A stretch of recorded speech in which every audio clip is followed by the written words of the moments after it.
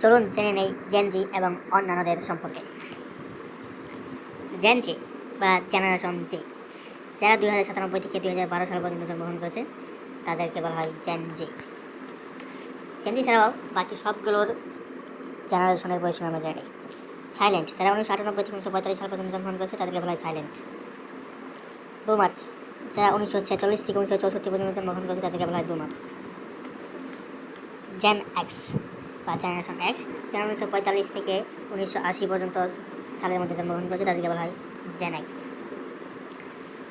Gen Y বা millennials, যারা 1981 থেকে 1996 এর মধ্যে জন্মগ্রহণ করেছে তাদেরকে বলা হয় মিলেনিয়ালস। তারপর আসে আমাদের জেন জি বা জেনারেশন জি, যারা 1997 থেকে 2012 এর মধ্যে জন্মগ্রহণ করেছে তাদেরকে বলা হয় জেন জি।